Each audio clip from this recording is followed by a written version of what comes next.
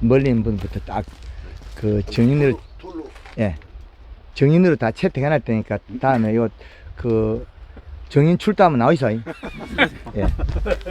밑에 하나만 같이면 됩니다. 예. 정인 출두하면 나와야 됩니다.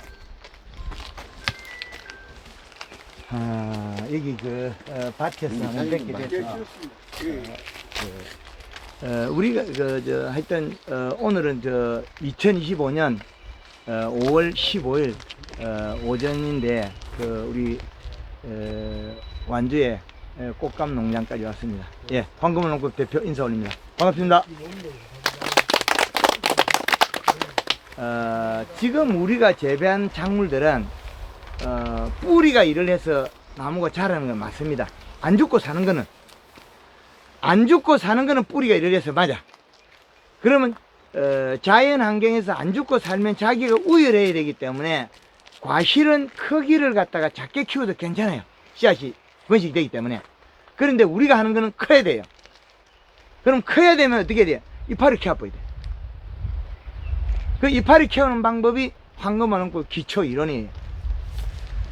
비료를 주면 과일이 크는 게 아니고 도장기가 커버려요. 그런데 우리는 비료를 주면 비료를 먹고 과일이 컸다. 그거는 착각일 뿐이지. 그게 제가 계속 연구해 오다가 뜰감이나 단감이나 동일한 놈입니다. 온도 차이 때문에 조금 차이 나는 거고, 수확해서 우리가 품질을 갖다가 우리가 상품할 때 깎아가지고 말리느냐, 생과를 먹느냐, 그 다음에 맛있느냐, 색깔이 좋은 이 차이밖에 없거든요. 그래서 과일이 큰 것이 비싸면 크게 키워야 된다. 작은 것이 비싸면 작게 키워야 된다. 요 기준을 정해야 됩니다. 꽃감이 큰 게 좋아요, 작은 게 좋아요? 큰 게 좋아요. 큰 게 좋아요. 큰 게 좋으면 이파리 키워야 됩니다. 400g 이상. 예. 큰 게 크려 그러면 이파리가 지금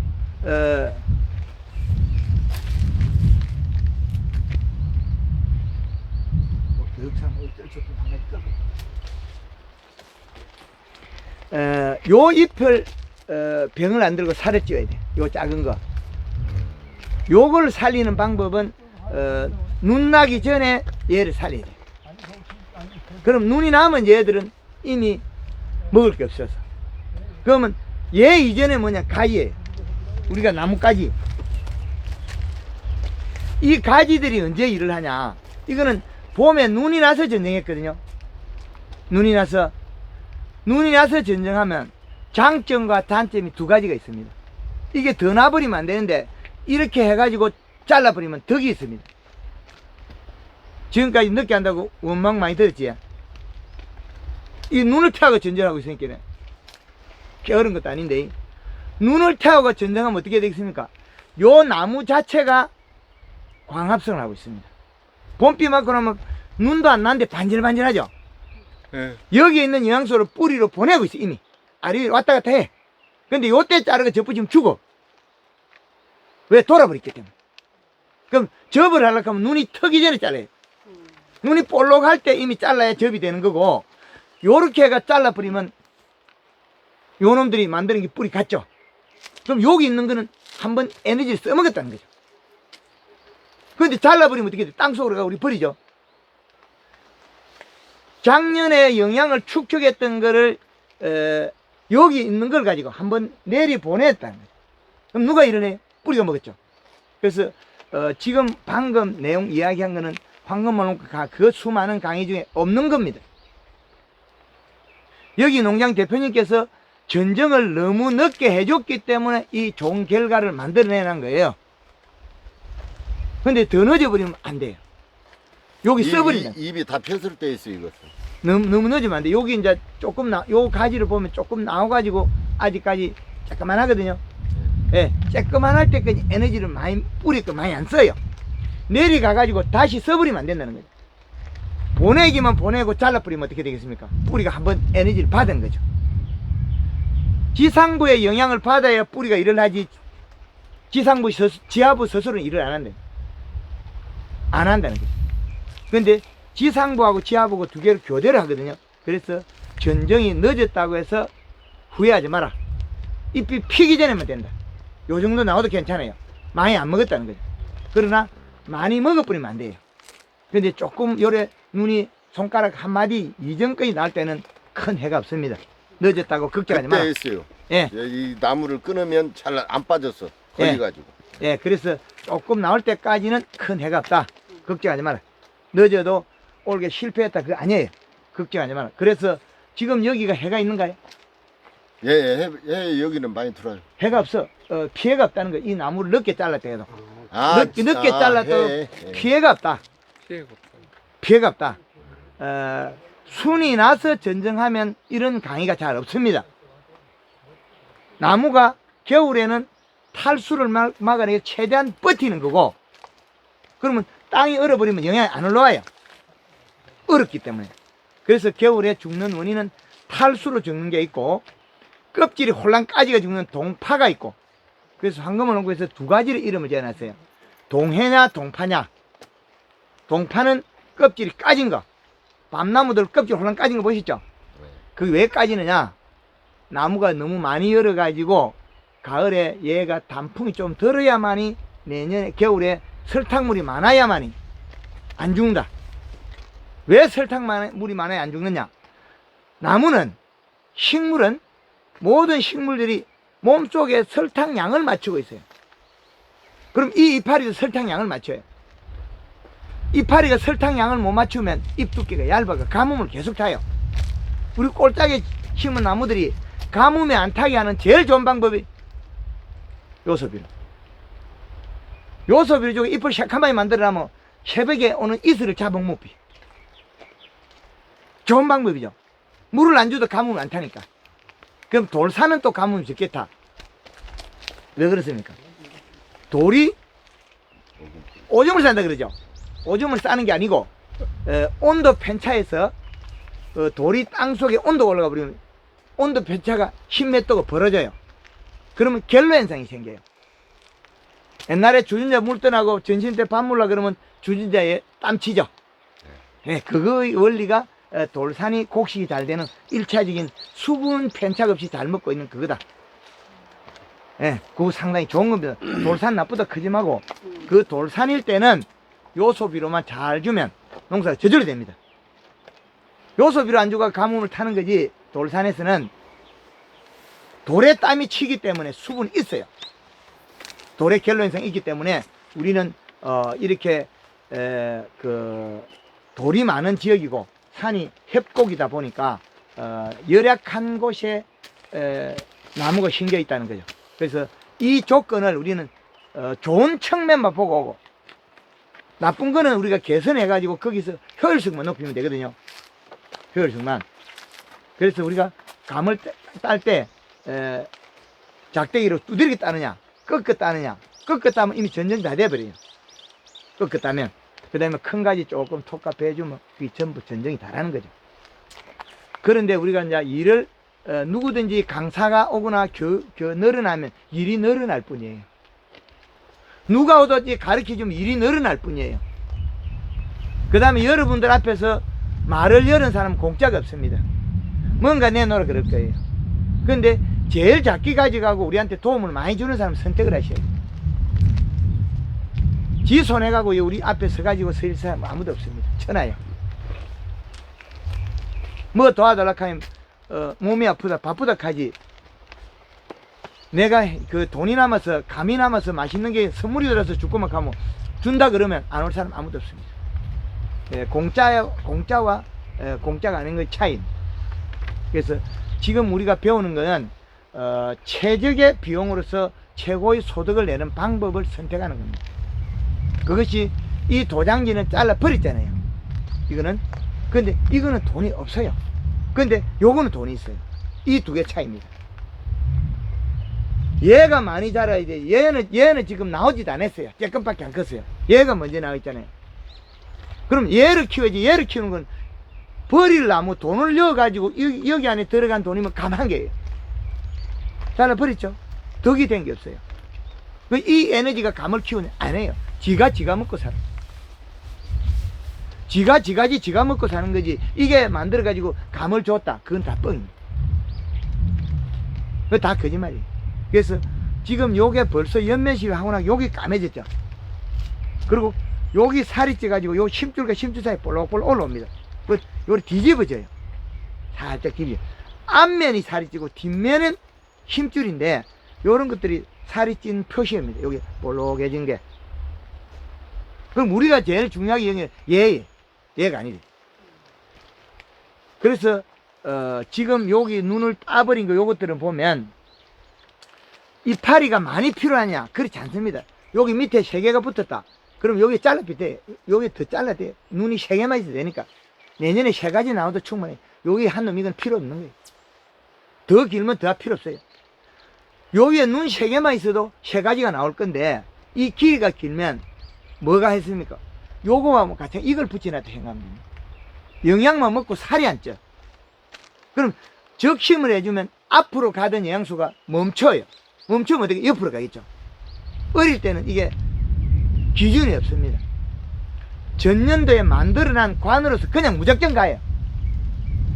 그러면 무작정 가는 놈, 눈 큰 놈은, 눈이 큰 놈은 길어지고 있고 눈이 짧은 놈은 짧아지고 있고 그 차이밖에 없습니다.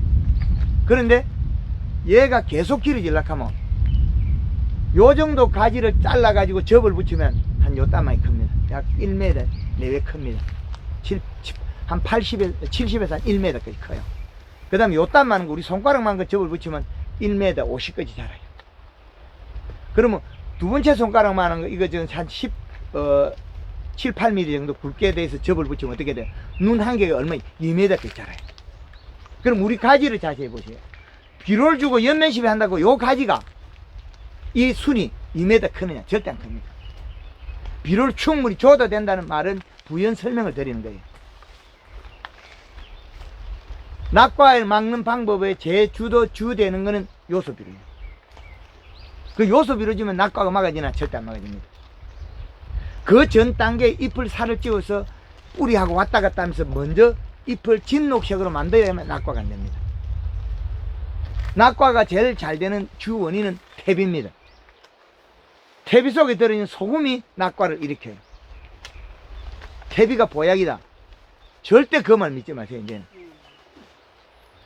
그 말 믿고 하다는 이제 번번이 망한다. 퇴비를 주게 되면 요런 감 이파리들이 퇴비를 가까이 주게 되면 이파리 첫 번째, 두 번째, 세 번째, 네 번째 이파리들이 요렇게 돼버려요. 감 이파리 오래된 것도 많이 보셨을 겁니다. 요런 거 보시죠. 많이 봐요. 예, 그 이파리들이 언제 나오냐면 여기서 첫 번째, 두 번째, 세 번째, 네 번째 잎들이 요렇게 돼요. 왜 요렇게 됐느냐? 잎 테두리에 아침에 가면 물방울이 생기죠. 물방울 속에 들어있는 소금, 인산, 가리, 칼슘, 마그네슘이 요게 짜르르 말라붙어 가지고 요게 세포가 경화가 돼서 그래요. 성장을 못하고 또 봄비가 질금질금 오는 애 이게 요리 오그러진 놈이 없어. 폐지가 있어. 그거는 우리가 질병이 오는 게 요 잎 테두리에 맺은 물방울 때문에 오는 병이 잿빛 곰팡이에요. 그래서 얘들이 제일 지금 건강하게 먹어야 될 게 뭐냐? 설탕이에요. 지금 얘들이 진녹색으로 돼가 일을 해가 뿌리가 먹을 건데 진녹색이 안 돼 있기 때문에 잎이 우리가 느리끼리하니 오래 가면 우리 그 가면 안 되죠. 봄순이 나와가지고 누리끼리한 얘가 여름까지 간 것들은 농사 안 됩니다. 껍데기가 죽었거나 뿌리가 상했거나 그런 나무들이 그렇게 돼요. 근데 건강하게 만들어서 뿌리를 뻗쳐서 비료를 잘 먹게 만드는 게 하는 게 농사다. 근데 탄저병은 별개입니다. 근데 병이 오는 거는 뭐 때문에 오느냐? 요 물방울 때문에 오는 병들이 제일 많아요. 요 잎 끝에 맺은 물방울. 근데 요 물방울 속에 영양이 없으면 병이 안 와요. 요 물방울 속에 들어있는 아미노산 단백질이 뿌리에서 먹은 질소분, 잔뿌리가 소화시켜 가져왔을 때 여기 들어오면 아미노산 단백질, 요 놈이 여기에서 먹어야 되는데 못 먹은 주 원인은 잎 두께가 얇아서 못 먹어요. 그러면 낮에 먹는 것을 1.5가 되면 잎 테두리 물방울이 안 나와요. 근데 잎 테두리 물방울이 나오는 거는 이시값이 1.2 이하에는 물방울이 나와요. 그 왜 나왔느냐? 낮에는 요 숨구멍으로 수분을 증발시키고 뿌리에서 가진 영양소를 잎에다가 축적해서 강합성을 해서 여기서 탄수화물을 전환시켜서 엽록소 집에 설탕을 보관한다. 설탕. 근데 이 설탕이 보관돼야 되는데 설탕량이 적으면 저녁에는 요 잎 뒤에 숨구멍을 닫아버려요. 수분이 정발이 안 되니까. 기공을 닫아버리면 뿌리 어선 수분이 잎에 들어와서 설탕량만큼만 딱 먹고 그 이상 된 거는 요 심줄로 타고 끝에 가서 물이 동글동글 맺혀있죠. 이만큼 동글동글. 그 맺혀있는 물이 우리가 먹었던 비료를 버리고 있는 거예요. 요 물방울 속에 들어있는 영양소는 땅바닥에 떨어지면 다시 내가 먹느냐? 아니에요. 그 물방울은 밑에 있는 풀이 먹거나 아니면 땅으로 떨어지면 미생물이 먹고 없어져 버려요. 그런데 우리가 줬던 인산, 가리, 칼슘, 마그네슘 요 물방울 속에 똑 떨어지면 땅으로 가요.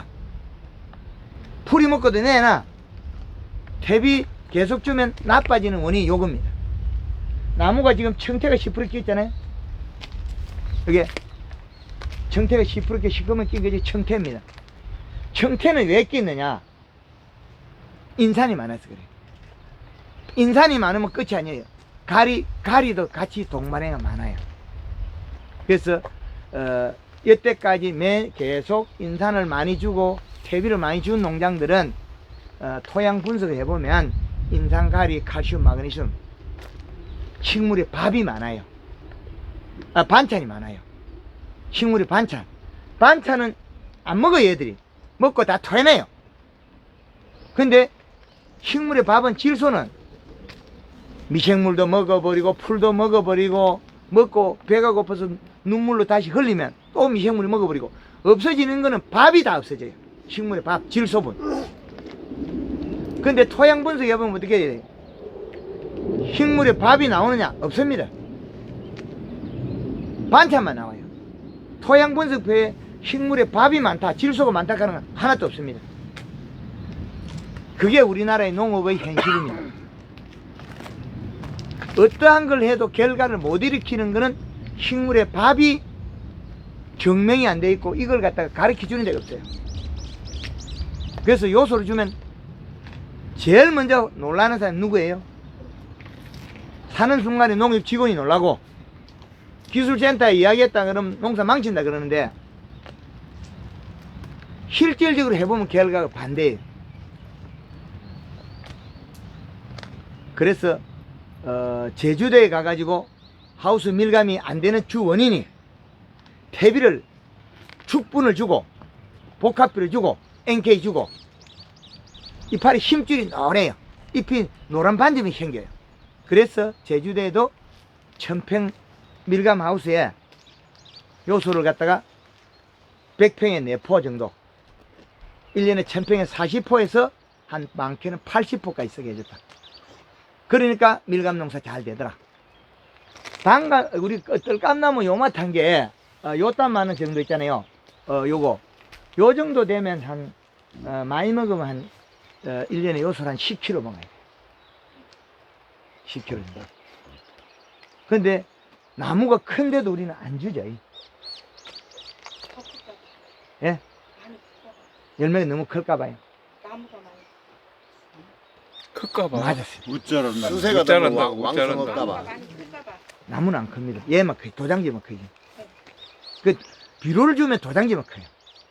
근데 먼저 연면십에 잎을 살았지 하면 도장지가 않고 열매만 크고 도장지가 안 나요. 그걸 갖다가 제가 개발하는데 32년 걸리더라. 단감을 농사를 잘 지어야 되는데 농약방에 있는 거 제일 좋은 건 내가 제일 먼저 써. 가을에 가면 영양제 값이 한 돈 1000만 원 나와요. 그래 가을에 감 따면 제일 품질이 나빠요. 왜 그러냐? 봄에 집을 지어갖고 크게 만들어야 될 놈을 여름에 힘딱 열심히 하면 도장지만 크고 감은 어떤 현상입니까? 영양제 속에서는 거의 대다수 식물의 밥이었고 인상가리가 주종이에요.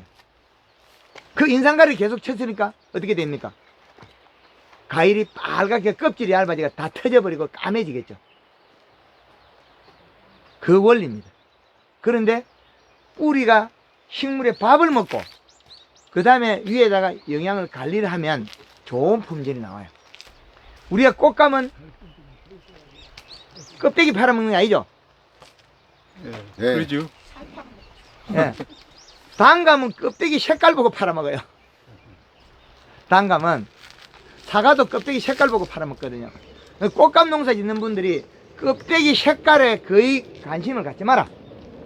그 말은 여름에도 과일이 좀 크고 나도 설탕을 쓰란 말이에요.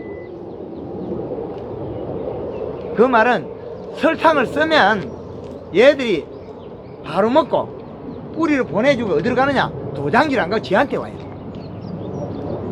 식물은 얘를 먼저 키워나면 얘한테 와요. 계속 왔다리 갔다리 이렇게 하거든요. 그런데 영양제를 안 친 농가하고 영양제 친 농가하고 차이가 어디 있느냐면 감의 크기가 균일해요. 영양제를 안 치면 돼요. 위에가 크고 밑에 작아요. 위에가 맛있고 밑에가 맛없어. 그 황금을 농법하는 농가들은 아래의 감의 크기가 똑같아. 그 밑에 것도 똑같이 맛있다. 같게 만드는 거예요. 그래 왜 그러냐? 얘가 밑에 있으면 뭐가요? 햇볕을 많이 받아야만이 수분이 많이 증발되고 뿌리에서 계속 올 건데 적게 와요. 그 적게 오면 내려줄 게 없겠죠? 안 내려주면 어떻게? 안 줘. 내려줘야 주는 거예요. 그래서 먼저 봄에 연면식 하는 거는 도장지가 크기, 요놈 옆에 있는 요 크기 전에 얘가 먼저 커가지고 빨리 내려줘야 돼요. 그러면 얘한테는 여기 있는 수도 배관이 안에 거 다 똑같아요. 그럼 얘만 영양제 심으면 얘만 크고 다른 거 다 작아져요. 원래대로 똑같아요. 얘가 준 걸 저리 주느냐? 절대 안 줘요. 왜? 내려갈 때 관을 만들었기 때문에 올라오는 관을 여기 결정해요. 요 순만. 그거 알아내는 데가 제가 32년 세월이 걸리더라. 그래서 비료 한 가지 알고 나서 비료를 갖다가 감나무가 연식이 한 요 정도 되고 작은 것도 섞여가 있는데 내 나무에 21다시 복합비를 한 포씩 줬거든요. 연구를 끝났으니까 얼마나 기분이 좋겠어요. 대한민국에서 제일 비료를 많이 줬으니까 2000포를 끊어가 다 줬어. 3만 평에다가. 가을에 친구들한테 감 이만한 거 딸 거다고 자랑을 다 했어. 비료를 내가 제일 많이 줬는데 내가 제일 큰 거 따야지. 가을에 가니까 감은 내나 작년하고 똑같은 게 요놈은 가지만 이따만 커 있어요. 아 이게 그때는 생각을 가지고 뭐고 눈에 안 보이고 저한테 보이면 뭐입니까? 내가 돈 벌어야 감만 보이겠죠. 야 요즘은 비료를 가짜로 만들었다 저것들이. 간단한 생각이 딱 되더라고. 내년에는 요소를 2000포를 끊어가 내 나무 한 포 딱 주면 감이 있다만 이까가 올게 또 바뀐다는 거죠. 그래서 기분이 좋아서 내년을 기대하고 그 다음에는 요소를 2000포를 끊어가지고 가수원에 딱 주고 나니까 산이 뽀해 누는 것처럼. 20일 복합비료를 내 나무에 한 포 줘도 산이 뽀였는데 요소를 갖다가 내 나무에 한 포씩 줬으니까 산이 뽀해. 이야 기분이 얼마나 좋아요. 다른 사람 밭에는 멀건데 내는 비료를 그만 줬으니까 풀도 칠카마이 하고 기분이 짱이에요. 비료를 주가 풀이 색하면 망한다. 영양제를 주가 풀이 색하면 성공한다. 실패의 주 원인이 답이 영양제를 쳐가 풀이 색하면 성공을 하고 연면식 해가지고 눈 나기 전부터 비료를 주가 풀이 색하면 망한다. 뭐가 먹어? 도장지 먹게 돼. 그게 이제는 어떻게 하냐? 눈이 부풀 때 우리 나래 쪽에는 눈이 부풀 때가 3월 20일에 눈이 부풀어요. 그 시기에 비료 줘라. 그러면 그때부터 요 가지에다가 뭐 아무것도 없는 이 가지에다 영양제를 치고 있어요. 여기에다가. 그럼 3월 20일에 줘도 풀도 안 커요. 그러면 4월달 되면 풀이 새카매. 눈이 나올 때 되면. 그러면 눈은 이미 통통하게 나와요. 뭐가? 요 눈이 통통하게 나와요. 그럼 지금쯤 정도 되면 눈이 감이 이파리가 이따만 커져요. 근데 커지는 것도 햇볕 보는 거는 좀 적게 크고 햇볕 안 보는 게 더 많이 커요. 햇볕 안 보는 건 영향이 있으면 키를 키워요. 햇볕 더 보려고. 그 웃자람이 벌어지거든요. 그래서 설탕을 쓰면 좀 적게 웃자람이 적어져요. 그래서 우리가 봄에 영양제로 먼저 줘가지고 풀이 새카매지고 비료 준 거는 성공을 하고, 비료 영양제를 안 치고 비료만 준 거는 도장지만 키우는 거지 농사가 아니다. 그냥 영양제만 치고 비료를 안 준다. 그러면 이파리만 크고 꽃받침이 크고 형태만 크지 과일이 안 큰다. 이제 정의가 됐죠. 예. 예. 여기가 얘가 먼저 가서 뿌리에 있는 비료를 가져와야 되는데 내려가면서 살을 찌우고 간다. 그러면 2, 3년 지난 가지들은 전체가 오거든요. 그럼 얘가 먼저 가져와야 되거든요. 그 가져오려고 그러면 먼저 내려줘야 된다. 그래서 영양제를 먼저 쳐가지고 잎을 감게 만들고 크게 하고 비료 준 거는 성공을 하고, 비료만 주고 영양제 안 준 거는 과거에 제가 한 것처럼 도장지만 크지 감은 쬐끄만 해가지고 일마 뒷땅이 늘어나요. 도장지 잘라내빈다고. 사모님 말씀 맞습니다. 비료를 주면 일마치 딱 늘어난 거지 감은 별로 안 커요. 그래서 우리가 비료를 별로 안 주는 주 원인인데, 그거 하나 개발하는데 제가 32년 세월이 걸리더라. 그래서 농업에 우리가 하는 거를 식물의 이론을 새로 정립해서 그거를 증명을 해놨다. 그래서 이 봄순이 나와서 여기에서 길다고 감 큰가에 길면 감이 돌이 작아질 뿐입니다. 그러면 지금 제가 들고 요 끝을 맥을 잘라버리거든요. 그럼 요것도 지금 잘라놨잖아요. 요 가에. 그러면 얘들은 잘란 것들은 앞으로 가는 에너지가 아래쪽을 미치기 때문에 가지가 어릴 때는 많이 안 먹거든요. 잎이 커져버려요. 잎이 다 크고 두꺼워지면 가지가 굵어져요. 그거는 왜 그러냐? 요 영양소가 내려갔다가 다시 돌아올 때 껍질 밑에 살을 찌우니까 동작이 다르다는 거죠. 그래서 한 동작 얘가 하는 걸 다 분리를 시켜놨어요. 그래서 가지가 가늘더라도 요 순이 많이 크거든요. 그건 행동이 뿌리에서 오는 거 다시 좋은 거 두 개 합산하니까 배가 먹은 거죠, 양이.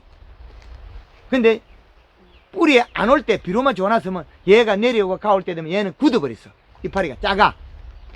올라가 내려가지 못해. 도장지가 많이 난 주 원인은 올라왔다가 내려가지 못해서 도장지 많이 난 거예요. 그런데 우리는 많이 올라서 도장지 많이 났다. 그 말도 맞는데 결과는 아니에요. 황금을 그 연면십에 자주 해주면 도장지가 기발이 없어요. 조금밖에 안 커요. 못 커. 우리 여주에 있는 신명식 맹장인 같은 경우에는 복숭아 8,000평, 배 가수원 8,000평, 배나무 있단 말이에요. 있다면 굵어요. 몇십 년 돼가지고. 그런데 그 배 가수원이 옛날에는 도장지 요딴 많이 났어요. 지금 얼마지? 요마탱이 밖에. 배만 커요.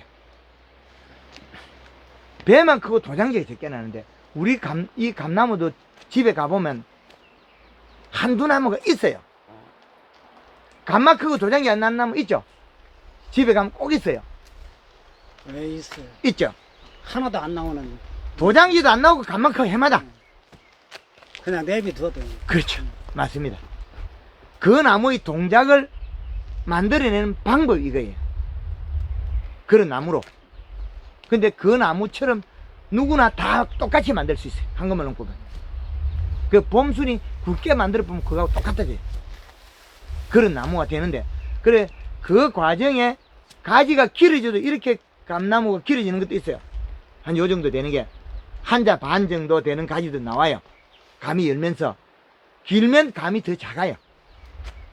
우리 어령의 전년배 맹장인 같은 경우에는 이게 가지가 한 앞에 이거 몇 개가 나오잖아요. 3개, 4개, 5개 나오잖아요. 그 모르고 이 복판 걸 안 땄어. 벌써 감의 크기가 차이 나요. 가을 되면 요 끝을 안 막은 거는 감이 작고 끝을 막은 건 커요. 한 다지 차이 납니다. 그 한 다지가 우리가 몇십 그램 되죠? 아마 한 2, 30g 될 거예요. 그러면 그 크기가 우리는 수익이 많이 차이 난다는 거죠. 앞으로. 그래서 비료를 주는데 비료를만 주고 영양제 안 치면 실패의 주 원인이 된다. 꼭 아셔야 됩니다. 그리고 봄에 결정 다 한다, 얘가. 봄에 결정 다 한다. 그리고 봄에 결정을 바꿔줘야 된다. 그게 황금알농법의 첫째 이론이다. 그리고 사장님 농장에는 그렇게 돼 있어요? 안 합니다. 안 해요? 예. 왜? 바빠서 할 시간이 없어요. 직원들이 하면 할 수 없어요. 그래서 이제 우리 팔도를 닫아니 어떻게 어렵습니다. 하고 내가 없으면 그래서 저희가 지금 이제 농장은 단감 1200평하고 한 500평하고 한 700평 심었는데 거기에는 우리 농장이 너무 바빠서 그럼 아까 말씀하신 대로 예. 전전부터 비료 주는 것이며 끝까지 자르는 것이며 다른 과일도 다 해당이 되나요? 해당되는 게 있고 안 되는 게 있습니다. 그게 잘라가 덕이 되는 게 있고 안 되는 게 있습니다. 자르는 순간에 티 나오는 놈 있고 자르는 순간에 안 티 나오는 놈 있고 자르는 순간에 안 티 나오는 놈이 감이에요. 감이 제일 안 티 나와요. 감이 제일 안 티 나오고 제일 효과가 좋더라. 감이. 그래서 감이하고 사과도 이거 자르는 거 합니다.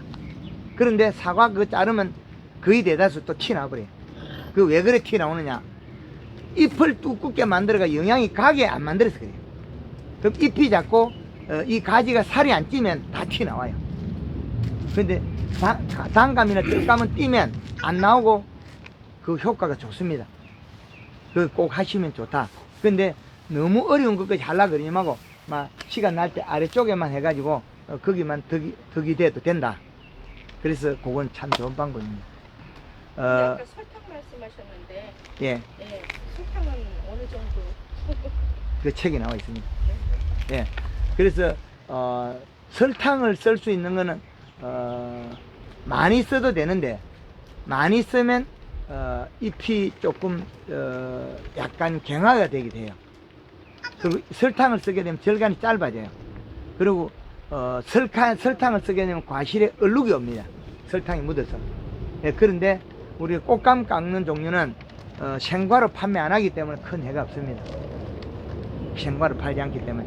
그래서 봄에 탄수화물 먹이는 건 상당히 좋다. 근데 탄수화물 한 가지가 전체 해결이 안 나기 때문에 일주일에서 열흘 간격으로 연면실 해줘라. 그래서 우리는 다른 과수하고 달리 꽃감에서는 과실에 때가를 그 중시 안 여기기 때문에 단감에나 설탕을 쓰는 것보다 조금 더 써라. 꽃감 종류에는 그 단감은 3kg 씁니다. 사과도 3kg 쓰고 배도 3kg 쓰고 그거는 인물이 좋아야 돼요. 자두도 3kg, 복숭아 3kg 쓰는데 얘들은 설탕을 좀 더 쓰고. 근데 어렸을 때부터 써요? 눈 나오기 전부터 집에 가서 공부 좀 하이소. 너무 많이 질문하면 제가 아무것도 못해요. 예, 그래서 사모님 미워서 그러는 건 아니고 이제 이걸 알아야 될 게 먼뚜 제가 강의한다고 다 아는 건 아니거든요. 기억이 다 되는 건 아닌데. 그리고 이 영상을 유튜브 올리면 또 보면 또 확인이 되고. 그 설탕은 눈 나기 전에는 5kg. 눈 나기 전에 목매 시비는 5kg에 그린 2리터. 5kg에 2리터. 그리고 그거는 목매 시비는 2 내지 3 해주면 좋다. 그러면 이게 목질부로서 호흡을 하고 영양 에너지 만들 때 눈이 크게 만들고 도움이 많이 돼. 그리고 눈이 나오고부터는 이제 설탕을 3kg로 낮추라고 영양제도 1.5리터로 낮춥니다. 그거는 왜 그러냐? 얘가 먹을 수 있는 게 양이 있거든요. 얘 이파리에다가 비료 한 포 주가 농사 다 될 거거든. 이파리에다가 비료 한 포 주는 게 제일 빨라요. 그런데 잎이 다 말라 죽어요. 그렇기 때문에 우리가 영양제가 아무리 좋아도 한계가 있다. 한계가. 그래서 한계가 있는데 그 한계치를 설정해 놓은 거죠. 그래서 잎이 남은 영양제는 1.5리터 써라. 1.5리터.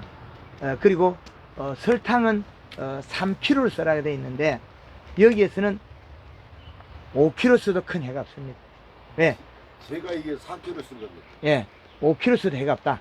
그 대신 우리가 산이 좀 악조건이니까 연면시 해수를 좀 늘리자. 그죠? 영양제를 많이 써주면 제가 덕이 되긴 하나 이 지역 현실에 맞는 농법을 저는 개발해 줘야 돼요. 저는 여기서 영양제 안 팔아먹고 가도 괜찮아요. 그러나 이 지역 사람들이 저로 인해서 폐가 일어나면 안 돼요. 거짓말로 한 톨도 해고 가지 않아요. 제가 가진 영양을 최대한 많이 가르쳐 드리고 하고 진실을 가르쳐 드리고 가야 되는데 그 현상이 거짓이 돼서는 안 된다. 지금 감에 영양제 쓸 때 설탕을 입힌한데 5kg 쓰라 하는 거는 여기 와서 처음입니다. 이제 아시겠죠? 그런데 영양제도 중요하지만은 이 영양제만 전체를 의존 안 해도 되는 부분을 또 알려드려야 되거든요. 그런데 영양제를 더 농도를 높여버리면 많이 살파니까 제가 많이 팔아먹으니까 득돼요. 그런데 그거는 맥시만을 정하고 그 대신 설탕을 더해서 효과를 더 누리자. 그걸 말씀드리는 거예요. 그래서 우리는 설탕을 5kg까지 쓰는 것도 해가 안 된다. 예. 그 대신 이제 그 과일이 나왔을 때 어린 유가기에는 아직까지 제가 경험을 못했기 때문에 그때는 우리가 5kg 쓰지 말고 4kg 때 써도 세포가 파괴 안 된다. 그런데 상추 모종에 배추 모종에도 설탕 5kg 써도 안 상합니다. 그리고 과일도 안 상하리라고 보는데 제가 안 해본 거기 때문에 설계는 낼 수 있지만은 100% 해가지고 지금 성공한 건 아직 없습니다. 모내기 할 때도 목판에도 설탕을 물 한 마리에 120g, 물 500에 3kg 양을 써도 모가 잘 자라고 실패를 안 합니다. 물 밑에서 모가 안 죽어요. 그런데 모내기 할 때 설탕을 물 500에 5kg, 물 한 마리에 200g 정도 준다고 해서 모가 벼가 죽고 하는 건 아니에요. 근데 지금 여기 쓴 것 때문에 식물이 바뀌고 있을 뿐입니다. 그래서 여기는 앞으로 그렇게 하고 이제 어릴 때는 문제가 안 되는데 과실이 우리가 요게 탁구공만 하거나 아니면 우리 메추리 알만 할 때 그때부터는 5kg 절대 쓰지 마세요. 메추리 알만 할 때까지 괜찮을 거예요. 왜? 과실에 묻은 설탕이 요렇게 내려가 농축이 되거든요. 마르면 뭐가 됩니까? 설탕이 마르면 사탕이 되죠. 그 사탕이 되면 세포가 죽어요. 3kg를 줘도 과일이 클 때는 마르면서 이러면 농축이 되면 그 자리가 세포가 상해요. 그래서 요 알들이 우리가 구슬만 할 때, 그죠? 구슬만 할 때까지 해가 없을 거다. 그런데 최대가 메추리 알만 할 때까지 설탕을 제가 예측하는 건 5kg 봅니다. 근데 5kg는 위험할 수도 있다. 왜 그러냐? 요게 마르면서 이파리는 설탕이 말라도 여기 찐득찐득하게 붙어있지 요 끝에만 피해가 나요. 다 흘러내리고. 그런데 감은 열이가 이렇게 내려서 보면 물이 안 들어가요. 꽃받침 때문에. 그 부분을 생각하셔야 됩니다. 그래서 과일이 커지면 커질수록 설탕을 낮춰서 써라. 지금은 설탕을 더 써도 해가 없다. 덕이 된다. 시험을 해보려면 물 한 마리에 우리가 물 반말에다가 설탕을 400g을 넣고 한번 치나보면 돼. 한 가지만 400g을 넣으면 설탕이 얼마냐? 물 500에 10kg예요. 한번 해보시죠. 물 반말에 딱 그 10리터에다가 400g 넣고, 그 다음에 거기에다가 다시 물을 가득 채우면 200g 밖에 안 되죠. 200g. 가득 채우면 400g 반이 200g 밖에 안 된단 말이에요. 그러면, 그거는 다시 설탕을 더 이어가지고, 물 한 말에 40g이 물 500에 1kg씩 올라갑니다. 물 한 마리 40g. 그러면, 200g을 되면, 물 한 마리 가득 채워버리면 200g이 돼요. 거기다가 다시 80g. 80g 정도 더해가 100g 정도는 80g 더해가 한 가지 또 치나보세요. 이제 이해되죠? 예, 그렇게 해가지고 우리가 최대치를, 설탕 물 500에 약 700g, 600g 정도, 6kg 정도 기준을 우리가 만들어놔야 돼요. 6kg, 7kg까지. 7kg 정도. 그래야만 이 폭을 만들어놔야만 우리는 앞으로 쓸 수 있는 거예요. 그래야만이 7kg, 물 500에 7kg 이어도 해가 없다는 걸 증명이 돼야 우리 농가들이 5kg 쓴다는 거예요. 그럼 그 시험은 지금 해야 돼요. 감나무에도 슬쩍 치나보고, 풀에도 치나보고, 산에 있는 나무에도 치나봐야 됩니다. 찔레나 저는 해순에다가 치나보면 됩니다. 그래가지고 장애 없는 걸 우리는 폭을 넓게 알고 있어야 된다. 그래야만 우리는 앞으로 경제적 효과를 많이 누린다. 그럼 잎에서 영양이 빨리 내려가야만 비료를 잘 잡아먹고 소화시킨다는 거죠. 요소 비료를 먹고 소화시켜서 성장한다. 요게 아주 중요한 일입니다. 그래서 제가 와서 시험을 다 해드릴 수가 없기 때문에 알려드리는 겁니다. 꽃감은 단감보다도 인물이 좋아야 되는 과일이 아니다. 크고 육질이 좋아야 된다. 그리고 황금알롱꽃 요소를 줘가 가물 농사 지나면 과일이 완전히 붉은색이 나와요. 그리고 문제는 잘 안 말라요. 당부리스가 높은 감은 꽃감을 말릴 때 잘 안 마릅니다. 그걸 꼭 아셔야 됩니다. 건조기 이으면 문제가 없는데 건조기 안 넣고 잘못 말리면 홍시돼 다 떨어져요. 당부리스가 높으면 좋은 점이 꽃감을 만들었을 때 완전히 빨갛고 좋아요. 그런데 잘 안 마르기 때문에 홍시돼 가지고 떨가쁘면 엄청난 손해가 옵니다. 당도가 높은 감이 좋은 게 아니에요. 홍시 건조가 잘 안 됩니다. 그리고 건조돼 나면 색깔 좋고 좋은 거 무게 더 나고 우리가 꽃감을 무게로 팔니까 개수로 팔니까? 무게하고 개수하고 같이 이제 인물하고 같이 평가를 하는 거예요. 무게를 뭐지요? 무게 개수죠. 무게 개수. 네. 그럼 무게입니다. 무게별 개수별이거든요. 우리가 표기할 때 저 무게하고 박스에 몇 개하고 박스에 키로가 적혀 있고 그람수가 예. 박스에 거기에 개수만 적는 거죠. 예. 그러면 무게 중심입니다. 개수 중심이 아니고 무게 중심이에요. 가벼운 것들은 개수가 커도 행정 많이 관세에서도 다 무게 중심으로 해요. 그치, 무게 중심이죠. 옛날에 우리가 과거에 마늘 개수 중심을 했잖아요. 50개. 예. 그랬는데 이제는 거의 그것도 이제 키로 중심으로 거의 가고 있거든요. 지금 현재 저 강사님 예. 참고로요.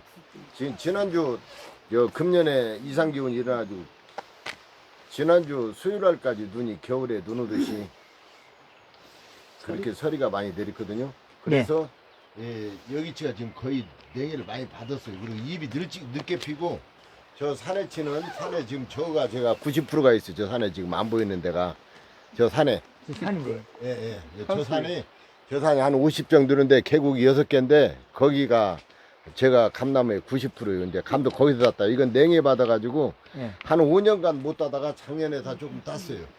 그리고 여기 온도가 어느 정도 차이 나는 거니 제가 아까 그 말을 하다가 중단했는데 표고버섯이 원래 저온성이 서리 내릴 때 따는 거거든요. 예. 근데 지금 우리 강사님 마침 들으게 그럼 버섯이 많이 났어요. 지금 저거가 버섯장 자연 버섯장을 해놨는데 예. 올 봄에. 예, 봄에 나야 되는데 지금 현재 났어요. 이것은 제가 우리 아버지 때부터 지금까지 한 저 60년 동안 처음 일이거든요. 네. 저온성이에요. 이게 얼음 얼을 때 나는 거야. 예. 근데 그 정도로 여기가 지금 온도가 변화가 심해요. 아마 여기뿐만이 아니라 육개면이 다 그럴 거예요. 그래서 지금 저기하고 여기하고 보름 차이가 나요. 그래서 이제 냉해를 잡아내는 거는 냉해를 잡는 거는 설탕 5kg, 물 500에, 물 20리터에 200g. 그래서 우리 그 사과, 자두, 매실, 살구 이런 것들을 일찍 꼽혀가지고 실패하는 걸 잡아준 게 설탕입니다. 예. 물 500에 5kg. 예. 예. 500이면 500리터를 말하는 거죠? 네, 20단말. 20단말. 아, 그러죠, 그러죠.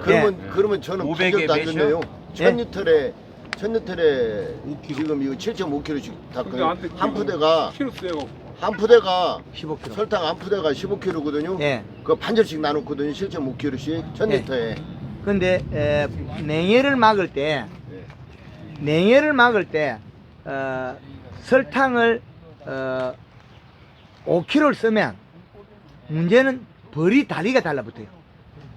이제 우리는 감은 꽃이 늦게 피기 때문에 괜찮아요. 그리고 설탕을 얘다 물 500에 8kg 친다고 감이파를 말라 죽냐 그렇지 않아요. 잡아내는 방법이 문제거든요. 얘를 붙들어내는 게 며칠 전에 강의하러 가니까 대표님 우리 동네 친구하고 내만 자두가 있고 다른 사람 다 없대. 강의 듣고 썰이 온다 하면 설탕을 물 500에 5kg 있고 또 치는 거예요. 예, 썰이 온다 하면 물 500에 설탕 있고 5kg 치고 썰이 온다 그러면 설탕을 물 500에 5kg 치고 그러면 자두 이파리가 타 죽어야 되잖아요. 네. 자두가 타 죽어야 되잖아요. 그래서 5kg 주라 했는데 혹시라도 부연 설명이 안 될까봐 회장님 보고 시험해보라 했는데 사실은 제가 입을 열 때는 다른데 결과치가 다 나와 있는 거 입을 열립니다. 여기에 가져왔을 때는 예, 그래서 우리가 지금 여기에서 골창에는 아무리 높은 지역에도 골창에 낮은 지역에는 또 썰이 와요. 예, 거기에서 여기에서 여기가 안 오는 거지 여기는 와요. 이제 저 밑에하고 여기하고 예. 30m도 차이 안 나는데 저 밑에는 냉해를 많이 봤는데 이것은 해년마다 고르게 따요. 여기 길 있는 그렇죠. 데는. 예, 저 밑에는 지금 한 5년간 못 따서 이것은 해년마다 똑같은 양을 따요. 예, 그렇죠. 저거를 갖다가 이제 냉해 안 있고 안 얼리는 방법이 설탕밖에 없다는 거죠. 제일 비용이 싸고. 그런다고 저 나무를 갖다가 하우스를 지가 하거나 보일러 뗄 수는 없잖아요. 지금 현재 이렇게 설탕 주고 이제 그린 주고 이제 칼라랑 주고 하면 내년에 겨울에나 봄에 냉해를 입지 건강하니까 돌려볼까요? 그거하고는 무관해요. 무관해요? 냉해는 잎이 나와서 일어나는 거고 네. 겨울에 동해는 다른 문제고 네.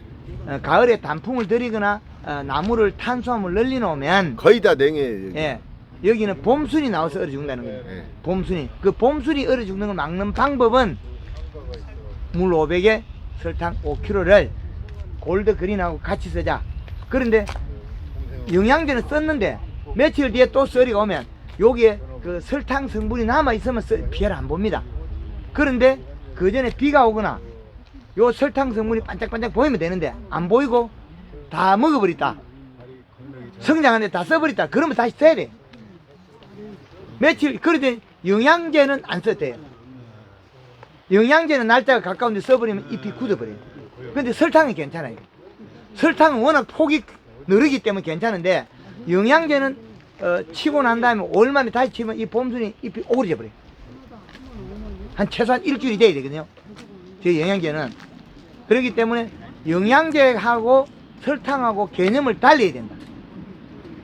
개념을. 그래서 그 부분만 지켜주면 아마 여기에 냉해는 뭘로 막아야 되나? 설탕. 거기다 4월달에 4월 초면 잎사귀가 안 나오잖아요. 예. 그럼 그때도 설탕으로 몇 몇십 해? 목매 시비 하는 게 물 500에 골드 그린 2리터에 설탕 5kg. 안 나왔을 때? 그렇죠. 잎 안 나왔을 목매 시비 5kg. 그래서 우리가 배우는 걸 갖다가 유튜브 영상이 많이 있기 때문에 이걸 활용하면 되는 거죠. 그러면 우리가 봄 냉해만 막아내는 건 그리 어렵지 않아요. 얼마까지 견디느냐면 영하 5도까지 견뎌요. 영하 5도. 4월달에 예, 영하 5도가 시간이 길면 안 돼요. 예. 근데 썰이가 짧은 거 한 몇 시간은 설탕 5kg가 견뎌요. 골드그린을 몇 리터 넣으라고 했죠? 2리터. 2리터? 이파리 나오고 나면 1.5리터. 그 책에 있습니다. 책에 다 있어요. 그 책에. 예, 다 있어요 거기. 예. 그래서 잎이 나오고 나면 1.5리터, 잎 나기 전에 2리터. 그것만 맞추면 다 된다. 그러면 여름 공기에 30도 이상이 될 때는 1.5리터가 아니고 영양제 1리터만 써라. 왜 그러냐? 요 잎에 영양제가 묻어 있으면 그 햇볕이 더 많이 땡겨요. 햇볕을 많이 땡기면 그 잎이 경화가 될 수가 있어요. 근데 온도가 낮을 때는 1.5리터가 참 좋습니다. 영양이. 근데 온도가 높을 때는 좀 문제가 있다.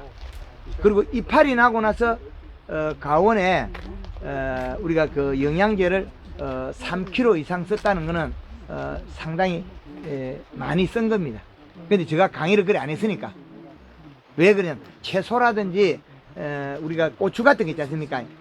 그것들은 장 맞을 때 영양제를 더 쓰라 그래요. 아, 장 맞을 때. 그렇죠. 고추에 영양제를 갖다가 한 마리 120g이 아니고 200g을 이렇게 200g. 그럼 물 500에 5kg가 200g이거든요. 그래서 고추에 여름에 장 맞을 때 우리 고추밭이 비가 와서 물든다. 여기. 비가 많이 온다. 그럴 때는 고추밭에 골드그린 장마 때는 영재 나무는 안 되는구나. 60cc에 그 다음에 영양제는 200g을 엿혀요. 그러면 물 500에 5kg 양이거든요. 그 양을 치놓고 나면 고추가 비 오고 나는데 병이 하나도 없어요. 키도 안 커. 고추밭에 물이 이만큼 들어도 고추가 한 놈도 안 죽어요. 고추가 비 오고 나서 죽는 거는 이파리 속에 탄수화물 없어서 그래. 설탕이 없어서 죽는 거예요. 인철이 여기 와서 들어 고추. 예. 사과대추도 설탕 10이 되면 좋아요. 대추. 사과대추. 아, 그것도 이제 고추 강의하시잖아. 인물을 팔아먹잖아요. 인물을. 그 사과대추 인물을 팔아먹기 때문에 얘하고 같이 하면 돼요. 얘하고 똑같이 하면 돼요. 예. 근데 사과대추 하우스 들어서에 노지 있어요. 노지에 사과대추 같은 거는 안 쪼개지던가 잘. 쪼개지지 않냐고. 아, 없어요. 이 물을 이렇게 주면 이 사과대추는 물로 크더라고요. 그래서 물을 한 이틀에 한 번씩 그 반주를 해주니까 갈라지는 게 전혀 없어요. 그 다음에 가을에 꼭지가 떨어지는 건 어떤가요? 그건 나오죠. 덜오지. 그럼 이제 덜 온다고. 그런 걸 덜 온다. 절실기에 돼갖고 나가는 걸 요새는 흑설탕을 한 1kg 그 비율로 세기는 덜 온다. 그랬더니 이것이 꼭 코팅 이거매로 빛에 그냥 반짝반짝반짝 이렇게 그랬어요. 나오더라고요. 이게. 요소를 치거나 네. 설탕을 치면 여기 코팅이 돼가지고 빛을 땡겨요. 근데 설탕은 땡겨도 해가 없어요. 설탕 각이 다른가 봐요. 근데 피해가 안 일어나는데 요소를 치면 낮에 다 죽습니다. 요소를 치가지고 반짝거리면 다 죽어버려요. 근데 설탕을 쳐가지고 반짝거리면 절대 안 죽어. 이제 이해되죠? 그래서 설탕을 최대 봄에 5kg까지 써라 했는데 5kg 이상 없습니다. 그런데 5kg를 과일도 없고 그건 해가 없다는 거죠. 다른 작물에 쓰는 거니까. 예, 그래서 봄에 냉해가 있다니까 그걸 쓰라는 거고, 그 다음에 방금 사과대추, 그거는 연면시비하고 봄순을 키워서 잎을 두껍게 만들어야 낙과가 안 돼요. 꽃이 빠지니까. 그거는 골드그린 물 20리터에 60에 설탕 120g 쓰면 수정이 잘 돼요. 그럼 수정이 잘 되고 잎이 두꺼워서 뿌리가 잘 내려요. 그럼 여름에 요소가 부족해서 가피가 고온 열상으로서 경화가 됐기 때문에 그게 비대가 안 된 거예요. 비대가 안 되니까 잘 안 크니까 어떻게 꼭지가 떨어져 버려요. 안에서 꼭지가 떨어졌어요. 그러면 딸 때 되면 그 사과대추가 멀컹멀컹해요. 그리고 썩어요. 그 원인은 여름에 직사광선에서 과피가 굳어서 성장을 못한 것이 후기에 비대가 되면서 푹 크면 어떻게 돼? 꼭지가 안에 쏙 떨어져 버려요. 그 현상은 초기 연면시비하고 요소비료만 충분히 주면 이상이 없다. 그러니까 지금 제가 땀에 잘 못 뿌려주니까? 들었는데 척전기를 사과대추가 꽂아서 이식값을 1.5로 맞춰라. 요소만 줘서. 제가 말을 좀 잘 못 들었는데 사과대추가 예. 가을에 그 쪼글쪼글한 게 많이 나오거든요. 그 방금 이야기했잖아요. 그러니까 그거 한번 또 다시 한번 좀 해줘봐요. 요 안에 들으실 다음 유튜브 보이소. 유튜브에 원인은 여름에 더위를 타서 과피가 경화가 됐다. 과피가 성장을 멈췄다. 그 원인은 우리가 잎 두께가 얇아서 그렇다. 잎 두께가 얇은 거는 봄에 잎 두께가 두껍게 연변시비 해주고 요소비를 먹고 소화를 시키가 잎이 두꺼우면 더위를 안 타요. 요 이파리 속에 잎 속에 탄수화물이 많아야 돼. 설탕물이. 근데 사과대추에 설탕을 많이 쓰게 되면 농처럼 조져요. 설탕이 맺혀가지고 이물이 나빠져요. 꺼멓게 얼룩이져요.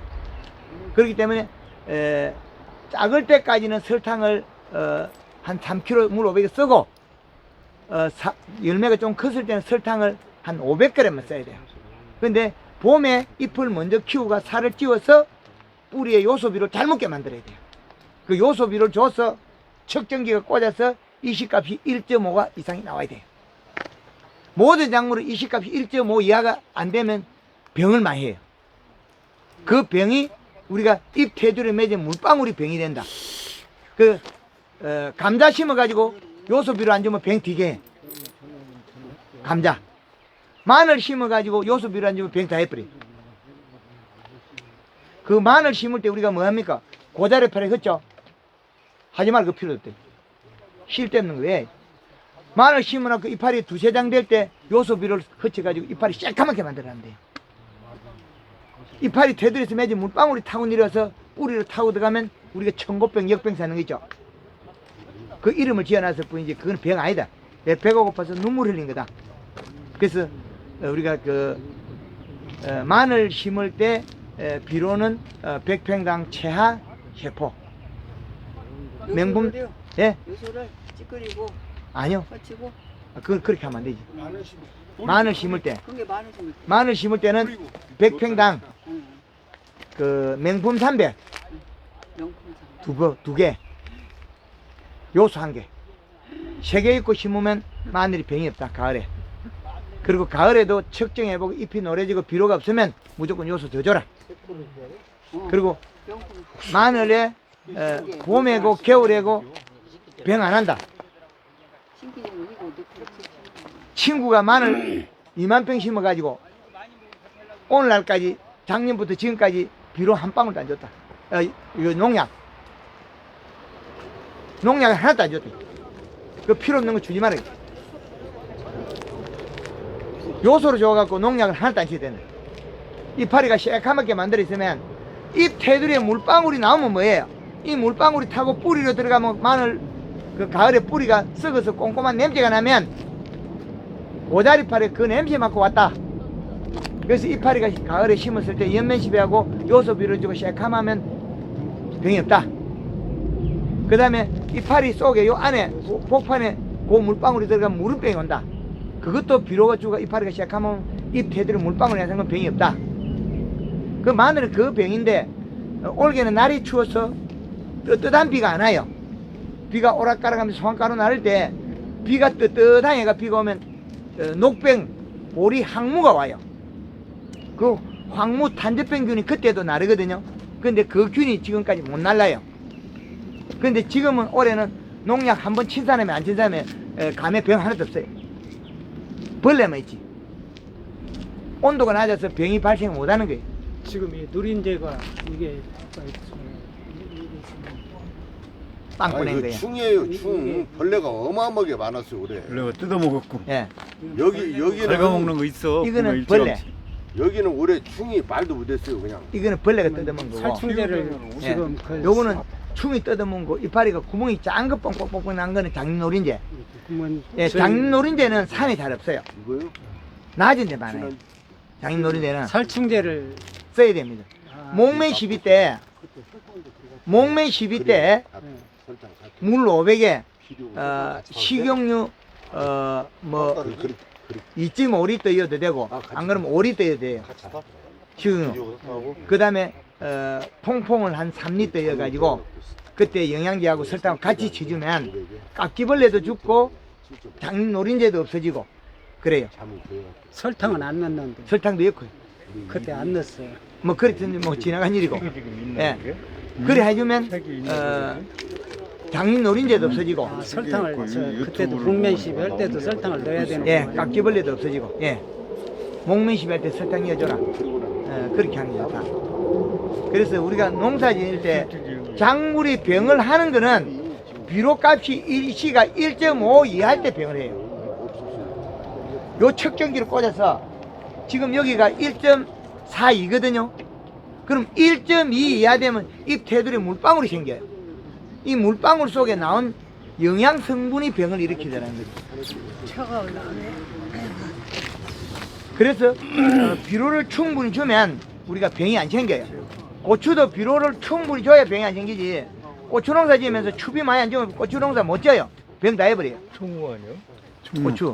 그런데 고추도 1년에 농사를 지어보면 비료를 갖다가 한 7번 먹어요. 100평당. 그래 먹어야 되는데 고추 비료 안 주면 고추 양 안 나오거든요. 이 감나무도 우리가 비료를 갖다 이실이 척척하면서 계속 먹어야 돼요. 비료 안 먹으면 결국은 우리가 감도 어디 생산량도 감소하고, 그리고 잿빛곰팡이 많이 하게 돼 있어요. 감 딸 때 꽃받침이 새카만 거 있죠. 예, 예. 그 새카만 건 누가 만들었냐면 요 잎 테두리에서 맺은 물방울이 아미노산 단백질이 꽃받침에 혜딱 들죠. 그럼 여기도 아미노산 단백질이 계속 떨어진 거예요. 그러면 그 아미노산 단백질을 먹고 잿빛곰팡이 먹은 거예요. 근데 그게 꽃받침이 탄닌 때문에 균은 죽어요. 먹고 죽고 그래요. 그게 더 많으면 그 까맣게 떨어져 버려요.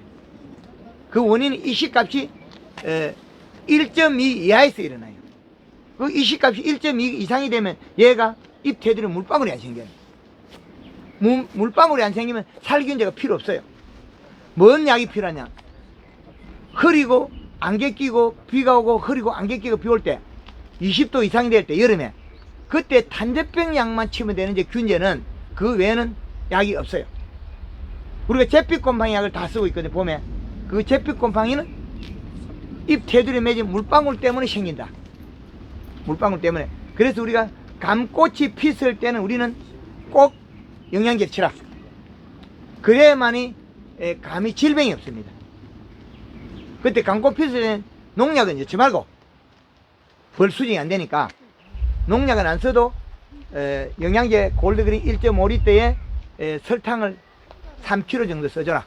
꽃이 얼마나 피었을 때 뭐 50% 이상 피었을 때는 쳐라. 그래야만이 과일이 품질이 좋아지고 세포량이 늘어납니다. 근데 영양제 안 치면 감꽃에서 맺은 여백 때문에 감에 그 잿빛곰팡이 빡빡경이 있죠. 그게 많이 생겨요. 근데 우리는 그때 까맣게 들어간 것도 탄저병이라고 그러잖아요. 그 탄저병일 수도 있고 아닐 수도 있어요. 감꽃은 어떻게 피워? 알로 피는 것보다 위로 피는 거 많죠. 햇빛을 보려고. 그러면 그때에 햇빛을 보려고 위로 피웠을 때 그 시기에 온도가 20도 이상일 때 비가 오면서 오락가락가 비가 올까 말까 하면서 안개가 살짝 피어나면 그때 탄저병이 날라요. 과거에는 늦게 원성나기병이 날랐는데 올해 요즘은 날이 따뜻해지기 때문에 꽃 필 때도 탄저병이 나릅니다. 마늘 녹병하고 같이 나릅니다. 그럼 더 빨리 더 나른다는 거예요. 그런데 우리는 이 지역이 산골이 돼가지고 깊은 산골이 돼서 온도가 20도 이하가 되면 비 올 때 안개 끼고 비가 와도 20도 이하가 되면 균이 안 날라요. 그 일기예보, 휴대폰 일기예보로 보면 나와요. 우리가 여기는 저 아침 기온 오고 오늘만 20도 나가고 보통 6, 7도 그 정도 나가고 20도 이상 차이 나요. 예, 아침하고 한낮이하고. 그러면 우리가 여기에서는 병은 잿빛곰팡이류가 적어요. 저 탄저병용이 적어요. 탄저병은 온도가 높을 때 오는 게 병이에요. 그런데 탄저병하고 누하고 합의를 했다? 감하고 합의를 했어요. 꽃감하고. 그럼 탄저병 니는 내 몸에 살아도 괜찮다. 내 감을 다음에 내가 힘드니까 가을에 단풍을 못 들고 내가 겨울에 얼어 죽으니까 네가 먹고 떠나달라. 그 탄저병하고 감하고 협의를 했어요. 그 대신 감이 작을 때는 얘가 당브릭스 안 올려요. 그러면 감이 어느 정도 과육이 크고 나면 당브릭스 올릴 때 그때 탄저병이 먹고 당브릭스 올리가 감씨가 다 자라거든요. 그러니까 떨어져 버려요. 감하고 탄저병 협의를 했어요. 근데 과일이 작은 것들은 탄저병하고 협의를 안 한 것들은 탄저병이 안 들어요. 그런데 그게 왜 그러냐면 가을 되면 우리가 감이 껍질에 분이 없어져요. 분이 없으면 탄저병이 빨판으로 붙이게 좋아요. 분이 있으면 미끄러져 버려요. 그래서 우리 꽃감하고 탄저병하고 협의를 했어요. 강사님 죄송한데 예. 시간이 그러니까 저 밑에 한번 이시 한번 재보고 저거 지금 냉해 받는 거 그거 한번 한번 보시고 예. 이시 저거 한번 재보고 여기는 지금 그걸 새로 드린 거거든요. 예. 이쪽은 근데 제대로 지금 안 나와요. 그리고 여기가 돌땅이라 흙을 다시 드린 거고 저쪽은 원래 밭이고 하니까. 지금 여기에서 제일 먼저 알아야 될 게 집집마다 비료를 아무리 줘도 소용없습니다. 밤마다 다릅니다. 그래서 점질땅, 중점질땅, 중사질땅, 왕사질땅 이 네 가지로 나누는 게 점질땅에는 1년에 사과 농사에 비료를 2세포 100평에 지어도 농사가 돼요. 그러나 중점질땅은 세포 4포를 써야 되고 중사질땅은 4포 5포 써야 되고 왕사질땅은 7포 8포 써야 돼요. 100평. 비료 결합이 안 돼요. 그게. 예. 그래서 어디 가서 우리가 어떤 걸 해도 제가 방법을 가르치지 여기한테 비료를 못 뿌리져요. 비료를. 그렇기 때문에 내가 제일 알 수 있는 거는 그래서 봄에 연면시비 충분히 잘하면 무조건 뿌리가 생겨 비료를 빤다. 그러면 이파리가 약간 깜시리하도록 키워라. 이파리는 요렇게 되면 옛날에 당나귀처럼 요렇게 되라 그랬는데 이걸 하면 망한다. 가서 그냥 먹어? 돈 안 된다. 그냥 가서 먹고서는 안 되고 노새 밥숟가락 밥 먹은 적 있죠 옛날에? 다 노새 숟가락 써봤죠? 드시면 들어간다고 해서 근데 부잣집에 가면 노새 숟가락 어때요? 온방하죠? 우리 서민들 노새 숟가락 되게 넓적하죠? 약간 제껴 있잖아요. 그 정도를 디비라. 살이 쪄서 뒤로 디비지게 만들어라. 예. 이파리가 앞으로 들은 거는 살이 빠진 거고 뒤로 뒤집은 건 살이 쪘다. 노새 숟가락 우리가 그 서민들이 뭐 노새 숟가락 정도로 이파리 디비라. 암시랑 디비라. 그렇게 안 되면 요소비를 줘라. 여기 오늘의 그 강의의 그 답입니다.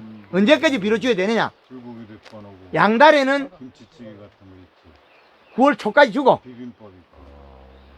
요소를 쇠비비야, 음달에는 있고, 뭐 8월 중순에 고등 먹잖아. NK를 줘라. NK 18-05? 아니요.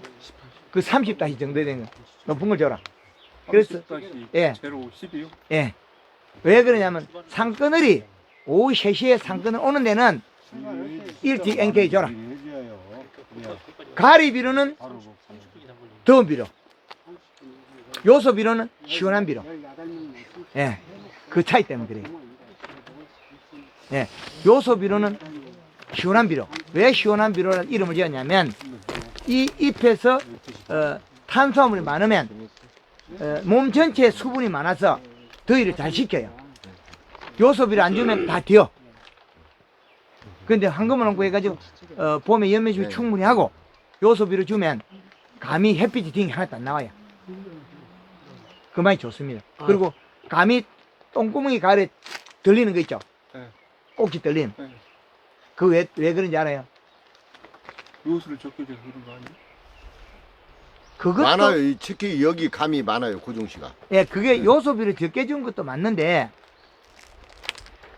요것이 봄에 횡으로 클 때 키워야 되는데 횡으로 키울 때 안 키우고 그 균형이 안 깨져서 그래요. 그 깨진 것이 질소 부족, 가리, 가다, 고온 열상으로서 과피가 경화가 돼서 그래요. 과피가 딱 굳었기 때문에 그 다음에 뒤에 가을에 크면 어떻게 돼요? 껍질이 안 늘어지고 어디 똥구멍에 있는 게 딱 들려버려요. 그게 들려버려요. 한쪽으로. 그래서 그거는 질소 부족, 가리, 가다, 과피, 고온 열상입니다. 그래서 봄에 연면십이 충분히 해주고 여름에 요소비를 계속 감시리하게 돼 있으면 한 놈도 안 들린다. 아무리 커도 꼭지 들리면 안 일한다. 그러면 이제 산속에 그늘에 있는 감 있죠. 그것도 잘 안 들려요. 직사광선에서 과일이 과피, 고온 열상은 경화가 안 되기 때문에. 여기 그 고종씨는 이 그 감 꼭지 있는 데가 V자가 2개 내지 1개가 파져 있어요. 그 부분에서 이렇게 경화되고 들려버리거든요. 예. 이게 많아요, 그 감이. 그게 일어난 원인을 지금 밝히드린 거죠. 예. 그 과피 고온 열상인데 과피 고온 열상은 몸 전체 함수량이 부족하다. 함수량이 부족한 주 원인은 뿌리에서 질소분을 먹고 소화시켜서 잎이 설탕물을 제공해야 돼. 설탕물 양만큼 몸 전체 함수량이 늘어난다. 그 함수량이 늘어나면 그 과일이 잘 큰다. 대추 잘 들었지? 요 내용이 대추. 대추가 과피 고온 열상 때문에 경화가 됐던 게 가을에 클라고 늘어지면 어떻게 돼? 꼭지가 쏙 빠지고 안에서 가을 안에서 꼭지가 쏙 빠지기 때문에 가을에 물컹물컹해요. 따놓으면 씹어요. 쓰다. 그런 게 대추에서 일어난 게 과피 고온 열상으로서 과일이 굳었던 게 대추가 왜 그렇게 그냐? 꼭지가 들어갔거든요. 들어갔기 때문에 꼭지가 들어갔기 때문에 여기 빠져나올 때까지 안 쪼개지거든. 여기 빠져나오다가 더 이상 안 되면 사과 대추는 꼭지가 떨어지고 이렇게 대피는데 일반 우리 그 토종 대추나 이런 무등 복조 사는 거 있잖아요. 이게 안 떨어져. 그럼 안 떨어지면 바깥에 늘어지죠. 그럼 껍질 쪼개져 버려. 더 이상 질문은 그러면 그걸 방지하려면 여름에 비료를 줘야 한다는 얘기예요? 아, 요소를 줘야 한다는 얘기예요? 질문하기로 끼들림을 방지. 연면시비해서 전체를 키워놓고 그 다음에 양수 왕래가 될 수 있도록 계속 연면시비 해주면 요소비로 먹고 이상이 없다. 화산가게 화산 자, 화산에서도 또 하니까 거기서도 질문하고 예, 대표님 저 토양 한번 해주세요. 알겠습니다. 여기에 지금 앞으로 척전기를 우리 장목반에 사가지고 이걸 쓰면 됩니다. 나눠서 아, 저는 개인적으로 하나 살려고 그래요. 한 번씩 찍어봐야 됩니다. 안 찍어보면 답이 없다. 그럼 여기서 한번 보겠습니다. 네. 여기서 찍었을 때 비료가 얼마나 나오는가 따로 봐야 됩니다. 여기 비료 줬다 그랬으니까 이게 금년에 흙을 2.3. 그럼 비료는 어디서 이어진다. 이쪽에. 화산으로 전부 다 가시죠. 이게 측정한 것이 뭐뭐 때문에 짭다 싱겁다. 짭다 싱겁다. 뭔 말인지 모르겠어요. 남이장 여기는 감이 이렇게 크다가 예. 한번씩 낙과를 하죠. 예. 그것이 왜? 세 번씩 낙과하는 게 우리가 그 잎 두께가 얇아서 그 가리 가다 고온 열상 때문에 일어나요. 저기 지금 목밀십이 세번 가리 가다 고온 열상 때문에 우리 일어나요. 열때 잎이 두꺼우면 낙과를 잘 안 하게 돼 있어요. 예. 따라와요. 따라오면은 잎이 두꺼우면 낙과 안 한다. 태추당 가면 한 번만에 심었어. 예. 이게